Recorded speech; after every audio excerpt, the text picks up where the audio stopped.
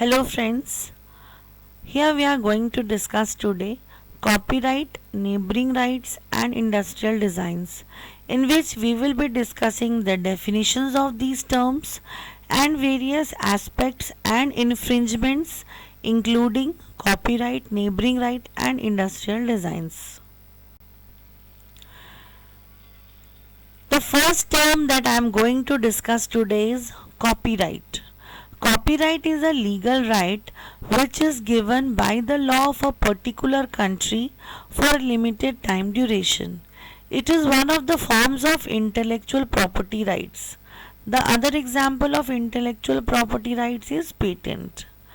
These are the rights which are given to promote the progress of science and useful arts by securing them for a limited time duration to authors and inventors who are the creators of the work, and the exclusive right is given to them for their respective writings and discoveries.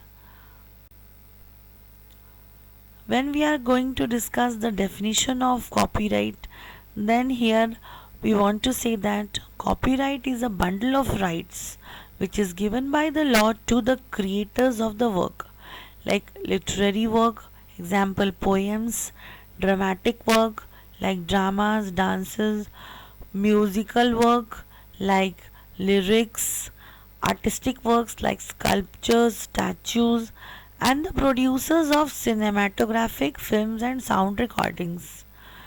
The rights which are given to the copyright holder, it will include the rights by which the reproduction of the work and the communication of the work to the public or the translation of work, these are all protected. The scope and the duration of the protection we will be discussing here. Here one important point we wanted to say that the copyright is given either to a single person or more than one person, like the persons who are actually involved in creating the work. So they will be considered as multiple authors and they are termed as rights holders. As we have discussed previously, various areas or various types of works are protected. But here we must know why we want a copyright, why copyright came into existence. So these rights frequently cover the reproduction of the work, control over derivative works, distribution, public performance, and moral rights like attribution. These rights are considered territorial rights because they are given for the territory of a specific jurisdiction. Like if the copyright has been taken in India, it will be for India only and not for US. Typically the duration of copyright is the author's life plus 50 to 100 years. PT. Now we are going to discuss the duration of copyright protection under the Copyright Act 1857. For various areas there is a little difference. For example, it is lifetime of the author plus 60 years from the beginning of the calendar year next following the year in which the author dies. This is for anonymous works, pseudonymous works, literary, dramatic, musical and artistic works. Similarly, for posthumous work, cinematographic films, sound records, government work, public undertakings, international agencies and photographs, it is for about 60 years. We are going to see now what are the various scopes in which the copyright will be applied to. As we know that it is an intellectual property right, it means that the jurisdiction will be acting on it.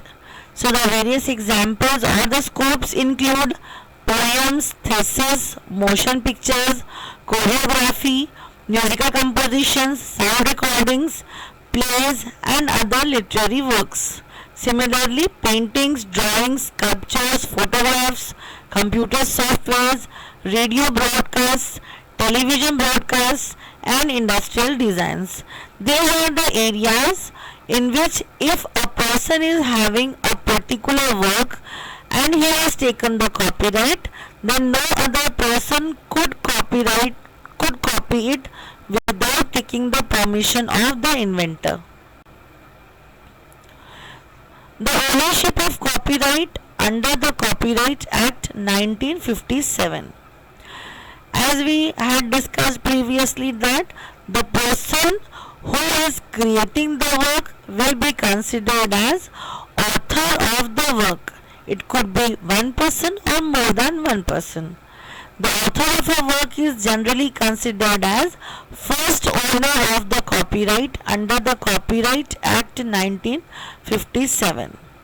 However, for works made in the course of an author's employment under a contract of service or apprenticeship, the employer will be considered as the first owner of the copyright in the absence of any agreement to the contrary. If there is any agreement, then it will be according to that. Section 19 of the Copyright Act 1957 lays down the modes of assignment of copyright in India. The assignment can only be in writing and must specify the work, the period of assignment, and the territory for which assignment is made. If the period of assignment is not specified in the agreement, then in general it will be considered to be 5 years. And if the territorial extent of the assignment is not given, then it will be presumed to be limited to the territories of India. In a recent judgment, a division bench of the Delhi High Court confirmed this position and held that in cases where the duration of assignment is not given or not specified, the duration will be considered to be 5 years only.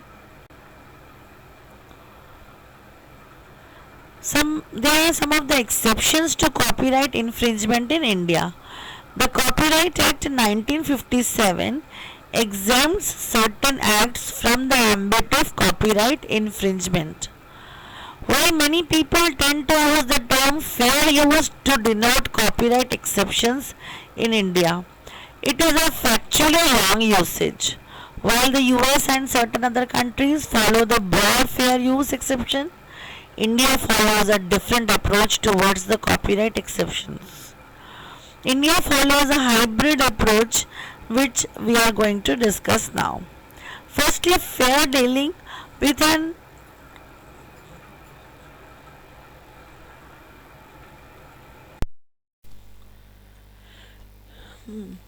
so we should clearly discuss or we should clearly understand what the copyright infringement is. For a work to be considered to infringe upon copyright, its use must have occurred in a nation that has domestic copyright laws or which comes under bilateral treaty or established international convention such as Berne Convention or WIPO Copyright Treaty. If there is any improper use of materials outside the legislation, then it will not be coming under copyright infringement, but it will be called as unauthorized addition. Generally, the infringement occurs to softwares, film and music. However, infringement upon books and other text works remain common, especially for educational reasons.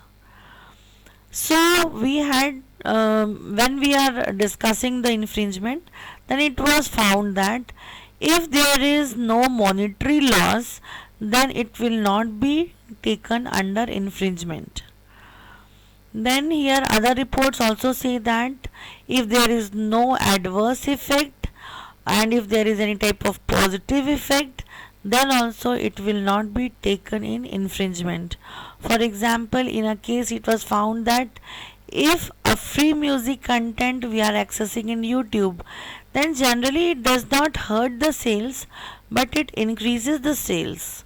So it was also considered as exception from the infringement. Now the copyright fair use and fair dealing. Copyright does not prohibit all copying or replication. In United States, the fair use doctrine codified by Copyright Act of 1976 as 17 USC section 107, it permits some of the copying and distribution without the without the permission of the copyright holder or without giving any sort of payment to the same. Now in this, the main factors were: first, the purpose and character of one's use. Why he is copying? If the purpose is positive without any harm, then it could be copied. Secondly, the nature of the copyrighted work. That means the copyrighted work is, what is the nature, which type of work you are copying. Then third, what amount and proportion of the whole work was taken, and the effect of the use upon the potential market for or value of the copyrighted work. For example, for studying, if we are just using a piece of work, for example a piece of figure, then it will be considered as a fair use. The remedies available against copyright infringement in India. The Copyright Act 1957 provides three types of remedies. Remedies means solutions. So the three are administrative remedies, civil remedies, and criminal remedies. The administrative remedies provides the detention of the infringing goods by the custom authorities, and the civil remedies are provided under Chapter 12 of the Copyright Act 1957, and they include injunctions, damages, and account of profits. Third, the criminal remedies are provided under Chapter 13 of the statute, and the remedies provided against copyright infringement include imprisonment, that is jail, or punishment up to 3 years. It could be also combined with a fine up to 2 lakh rupees.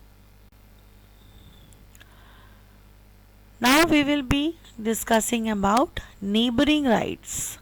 Neighboring rights, which are also known as rights neighboring to copyright. These were created for three categories of people who are technically not authors. These are performing rights, producers of phonograms, and those involved in radio and television broadcasting. Both copyright and neighboring rights are quite similar as granted by IP titles. The moral right is but quite different. It is of greater importance for copyright and neighboring rights than for other intellectual property rights, as it protects the integrity of the work. Whenever there is a commercial exploitation of a recording, commercial exploitation means you are gaining some finance or some money of a recording without telling to the owner. For example, radio and or TV airplay, background music in a commercial activity, the licensee has to pay two type of licenses. First is the authors. The authors means here composers and lyricists who have created the work, and the publishers society fees. Both type of licenses you have to take, then only you can use that piece of recorded work. The term neighboring rights is the English translation of the French words droits voisins, and it's considered near to the musical work copyright. These kind of rights are normally known as related rights or secondary rights, the primary or main rights being the author's rights and copyright. These rights are related to the sound recording of the musical work, the particular singular and unique performance of musical work when performed by an artist and recorded on a media. It doesn't mean that these rights are lower in amount or quality, simply they come after the author's rights were already in place and are treated in a similar manner. To explain the economical importance of these kind of rights from an artist perspective, there are various cases in which neighboring rights royalties overrides the amount an artist receives from record label royalties. Then there are various type of international agreements. Copyright is genuinely a national law.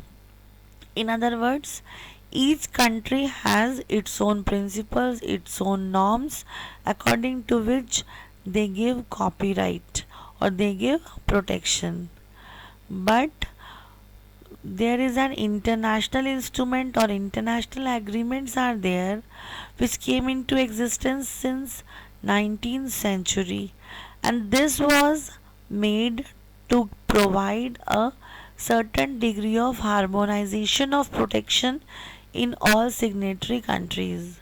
The most important conventions are the Berne Convention for the Protection of Literary and Artistic Works of 1886, which was revised in 1971. Then came Universal Copyright Convention of 1952, which was revised in 1971.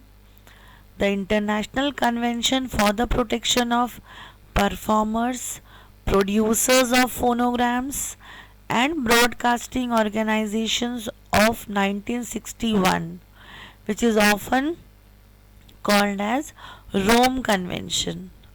The Agreement on Trade Related Aspects of Intellectual Property Rights of 1994, which is very well known as TRIPS Agreement. The WCT, which is WIPO Copyright Treaty of 1996. The WIPO Performances and Phonograms Treaty of 1996, which is WPPT. There are various types of related rights also. Related means relation to author's rights. Related rights are independent of author's right, as it is very clear in the various treaties.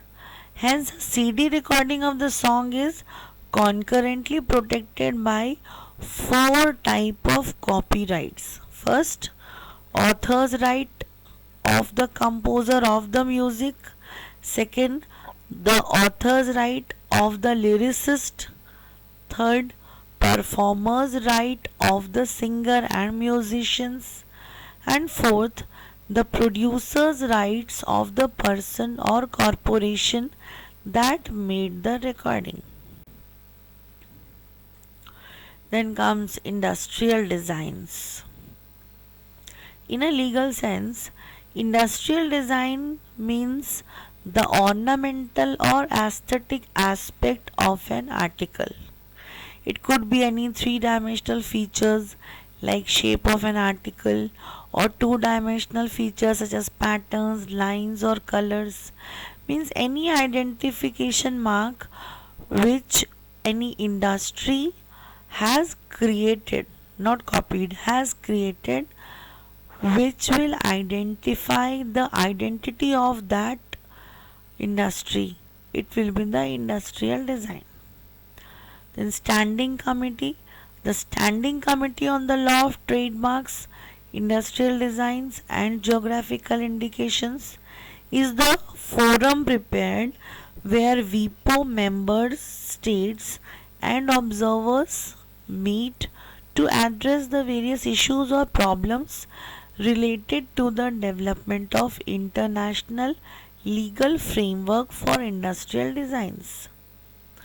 The members of this committee are currently seeking agreement on a number of key issues related to industrial designs. When we see the definition of industrial design, then industrial design studies function and form and the connection between product, user, and environment. Generally, industrial design professionals work in very small scale designs rather than overall design of complex systems such as buildings or ships. They usually design motors or electrical circuits or gearing that make machines move, but they may affect the technical aspects through usability design and form relationships. Generally, they work with other professionals like marketers to identify and fulfill the customer needs and expectations.